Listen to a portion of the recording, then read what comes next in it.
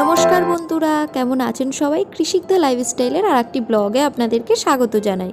আজ অনেক দিন পরে মাংস দিয়ে ভাত খেলাম, কারণ শ্রাবণ মাসের জন্য এক মাস পুরো মাংস খাইনি। দুপুরের খাওয়া দাওয়া কমপ্লিট করে রেস্ট নিয়ে সন্ধ্যাবেলা একটু কোল্ড ড্রিঙ্কস খেলাম, তারপর সেই জগন্নাথ বলরাম সুভদ্রা নিয়ে বসে পড়লাম বানাতে। দিয়ে রাত্রিরের খাওয়া দাওয়া কমপ্লিট করে নেলপালিশ পরতে বসে গেছিলাম, কারণ আমাদের কাল একটা জায়গায় নিমন্ত্রণ আছে, সেই কারণে। পরের দিন সকাল সকাল রেডি হয়ে ও বাড়ি চলে গেলাম। তারপরেই আমি, মা, ভাই, পাপা বেরিয়ে পড়লাম। আমার শ্বশুর শাশুড়ি মানে মা বাবা গেল না, কারণ মা বাবার একটু অসুবিধা ছিল, সেই কারণে। পৌঁছে গেলাম অনুষ্ঠান বাড়িতে। অনুষ্ঠানটা ছিল অন্নপ্রাশন, মানে আমার ভাগনার অন্নপ্রাশন, আমার পিসির মেয়ের ছেলের অন্নপ্রাশন ছিল।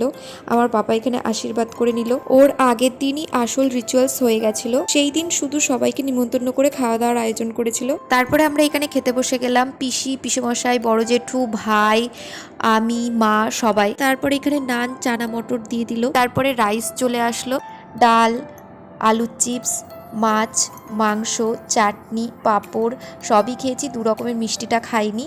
আইসক্রিম এইখানে দিয়ে দিল। তারপরেই খেয়ে দিয়ে উঠে আমরা সবাই মিলে বসে গল্প করছিলাম। কি দুষ্টু হয়েছে ও, এইখানে কি দুষ্টুমি করছিল পিসির কোলে, মানে ও দিদার কোলে।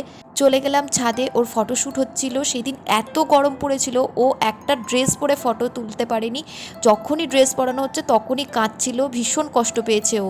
আমরাও সব ফ্যামিলি ফটো তুলে সবাইকে টাটা দিয়ে সন্ধেবেলায় চলে আসলাম বাড়িতে এসে আরজি করের ঘটনাটা নিয়ে প্রতিবাদী মিছিলে বেরিয়েছিলাম, সেটা দেখাচ্ছি নেক্সট ব্লগে। আজকের ভিডিওটা এই পর্যন্তই। ভিডিওটা ভালো লাগলে লাইক, কমেন্ট, শেয়ার করবেন। দেখা হচ্ছে নেক্সট ব্লগে। ভালো থাকবেন, সাবধানে থাকবেন, টাটা।